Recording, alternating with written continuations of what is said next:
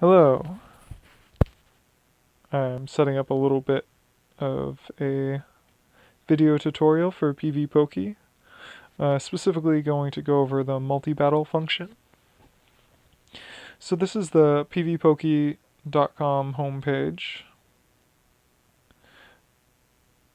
There's the initial information up there.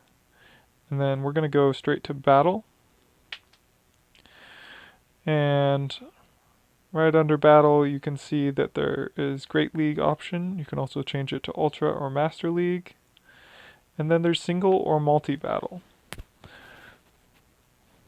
So just for a standard single battle, let's just do Metacham. You don't have to type the full word. Versus Sableye. Two things recently banned in Twilight. Not Twilight, Nightmare. Both alive and well previously. So we're going to change the moves. You can change to any of the moves, including none. You could set it up to no charge moves if you want it to not use charge moves at all. You can also use other to insert moves that the Pokemon doesn't currently have. That's especially useful for Community Day moves. So right now, just Power Up Punch and Ice Punch. And then we're going to use the default setup for Sableye. And then you hit battle, and it simulates it. So currently this is with no shields. You can see that Sableye is able to beat Metacham pretty quickly. If you scroll down, you can see all shield situations. And if you click on any of them, you'll be able to see how it does in particular shield situations. So in a 2-shield situation, Sableye does beat Metacham, but does not do it by a huge margin. You can see down here that the only time that Metacham wins, and winning is determined by having a score of over 50 or 500.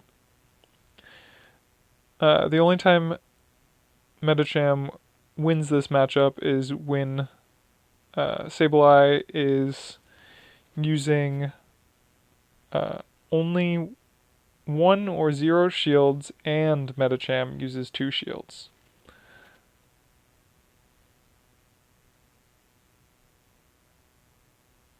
So you can see that it's actually ideal if you weren't going to use any shields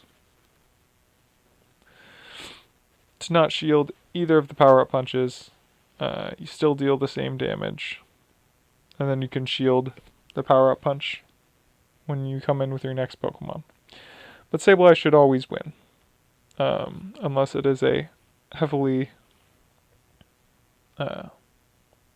lopsided shield situation. So that's all in good and relatively easy to know. Here's the advanced settings where you can change the IVs.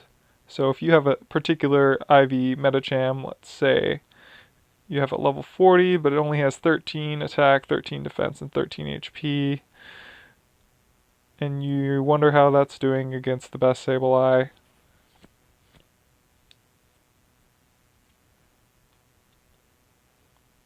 so it does even worse in this shield situation, which is one that it could technically win. But with that slightly lower stats, it even has trouble using 2 shields against Sableye's 1 shield. The other options are the shields.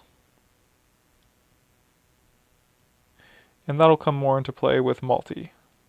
So multi-battle, you don't have to select a particular Pokemon. We're going to set up 2 shields for the lead situation. And Metacham's also going to set up 2 shields. And this is now a graph rather than those individual matchups. So the overall results a Metacham will win 84% of the matchups that are being simulated, which is a total of 300 wins. And then it has 42 losses and then 12 draws. You can see some of the stuff at the top are things that you wouldn't really expect to see, like slacking and spinda. But if you search, say, Ghost, you can see that Ghost types often are able to beat Metacham in the 2-shield situation. So Drifloon, because of its not being able to max out all the way, I'm pretty sure. Yep, it would only get to 1100 CP, 1190. It's not able to do the job. Miss Magius has some trouble, presumably just because of how frail it is. Frostlass ties. And what a tie means is that both Pokemon KO each other at the same time. That can change slightly based on IVs. So I'm going to actually go back and change the IVs to perfect when doing the simulation. Because you could see in a perfect matchup, it's still a tie. Never mind. If you change the stats of the Frostlass to maximize stats, it might change things up as well. So in this case, Frostlass would win with just a little bit of health left, enough for you to see the opponent's next Pokemon and be able to switch into that with a counter, assuming you had one. Going back to the multi-battler, I'm going to maximize stats.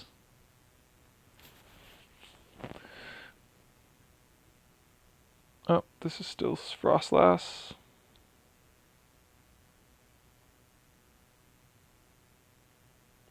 Here we go. Multi-battler. Go ahead and maximize the stats. So with the graph, and then you can search Ghost. You can see that Driftblim and Gengar and Haunter all do very well. Sableye closer to the top, it being a much closer matchup. And you can see which sort of things it tends to beat or lose against. Like if you want to search water to see which water types it loses against, it's very few. It's Mantine and Azumarill. Azumarill, it is a tie, but I'm pretty sure it doesn't use, yeah, if you're actually using one less shield and also tying. Because of how they've changed it, now with Power Up Punch, Metacham will use Power Up Punch after charging up to the next move. Most times. With Azumarill, it's not worth it. And since Azumarill knows not to fear Power Up Punch or Ice Punch, Azumarill will just tank it. But you'll see that if you go to sandbox mode and change this to shielded, you can actually guarantee that you will in fact be the first to faint Metacham. It sacrifices a little bit of a shield advantage because you'll both have used both shields, but you will get to see the switch first, which can be beneficial as well. So going back to the multi-battle, this is well and good for just against all Pokemon, but you can see that you can change it to any of the cups. So Boulder, you can see how it would have done in Boulder with Power Up Punch. It beats basically everything. The only thing that can reliably beat it is Torterra or other Metacham. And in the case of Torterra, Torterra doesn't get off a single charge move and has to use both shields, which is not really a win. Luckily, it does charge up an Earthquake, but if, say, the next thing is a Skarmory, then that Earthquake's kind of wasted as well. And then why does Metacham beat itself? It's because using Psychic instead of Ice Punch, Metacham will be able to KO the other Medicham.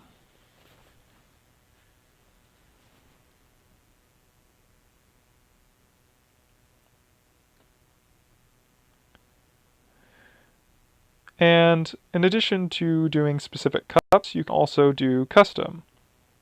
In this case, let's start with, you can add new custom Pokemon, or you can go to custom groups. And you can see that there are specific metas as well. So, let's say the Nightmare Cup meta. It's banned in Nightmare Cup, and a lot of people wonder about that. But as a lead, Medicham beats 81% of the Pokemon that are considered the Night Cup meta, and ties with the other 3. And if you go back and switch to Nightmare Cup as a whole, the gap's even larger. It wins against nearly 90% of the Pokemon. There are a couple Pokemon it loses against, which we'll take a look at. But you can see that the previous matchup, everything that is currently considered really good in Nightmare Cup would not be able to beat Medicham in a 2-shield situation. If you scroll all the way down, you can see that Gardevoir, Mr. Mime, and Hypno are able to beat Medicham in that 2-shield situation. So those are the only 3 Pokemon in the cup. There are some that can tie, but it's not quite the same. So if we go back to custom, you might ask, why did Hypno win if Hypno loses in this one? So Hypno is here, but you can see that it's Confusion Shadow Ball.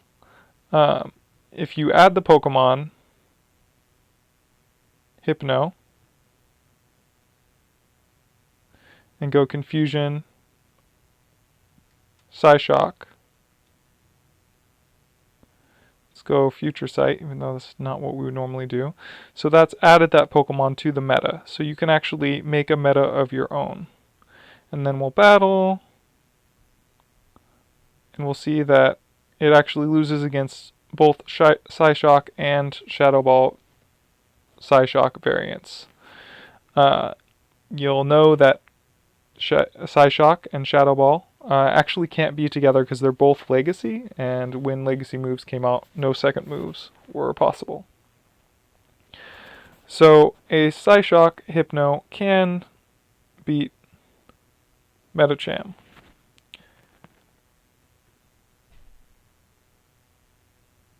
But this should actually be Focus Blast Shadow Ball.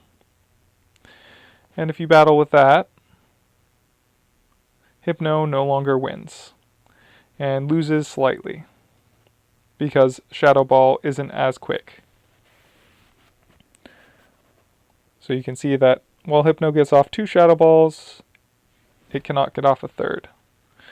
Whereas with Psyshock, Hypno can get off 3 Psyshocks and live with 1 HP remaining.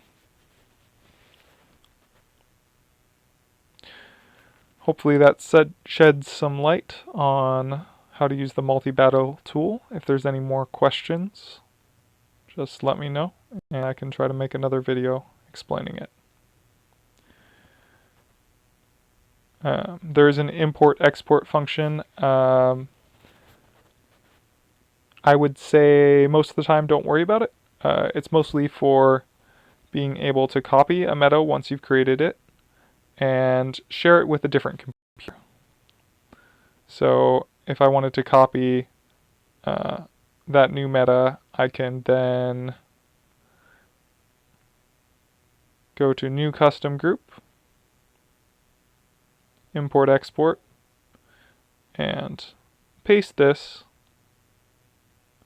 to import it, and then I have that other meta, that modified meta. So now instead of Psyshock and Shadow Ball, the Hypno has Shadow Ball, Focus Blast, and then there's an additional one that is Confusion, Future Sight, and size shock. Anyway, that is the end. Hopefully this was helpful, and let me know if you have any more questions about how to use tools like these.